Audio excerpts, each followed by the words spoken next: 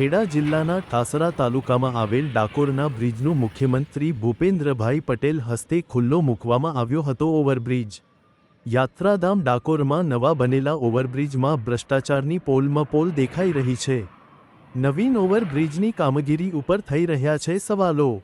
Jumping જોઇન્ટની નીચેની તરફ મોટી મોટી તિરાડો અને નાના નાના બખોલા અને ગાબડા જોવા મળી રહ્યા છે. ઓવરબ્રિજ નીચે બખોલા અને મોટી મોટી તિરાડો જોવા મળી રહ્યા છે.